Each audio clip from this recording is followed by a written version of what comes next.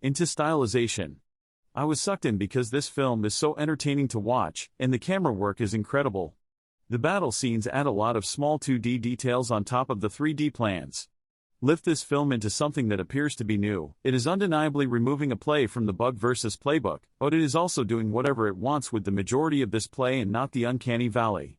Tech demos show that the ED doesn't rise to quality, and I'll take a movie that truly embraces the medium anytime rather than one that feels humiliated, which is not true to life.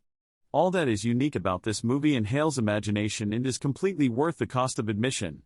This film was intended to remain on its own. It isn't drifting off of Shrek at all, and that is so great to see, particularly from an establishment that hasn't done anything as of late to make it far superior.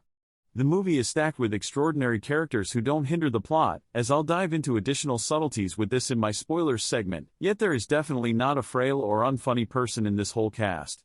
The legends are extraordinary, and Puss is at his best.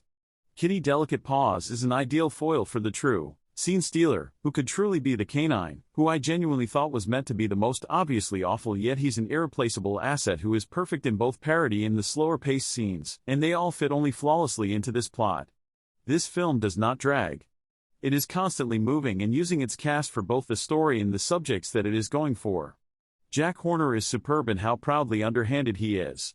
When we're seeing a few weighty scenes with various characters, we'll just cut to him doing an awful thing he played for satire, and it's also great because it's just a much-needed refresher as we'll have this large number of different person minutes return to him undetected.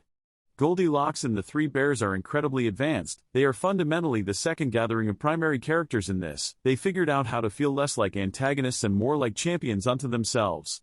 It truly does sporadically feel like they're inclining toward them for a spin-off trap, but in the film, they're great, they are convincing and get probably the best giggles in the movie. In the way that we have such numerous characters, every one of them feels like going to the theater is fantastic. You know what would improve it?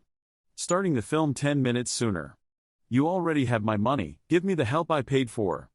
Additionally, John Mulaney is a tad miscast as Jack Horner. He's doing it himself, which typically works for most kids' shows.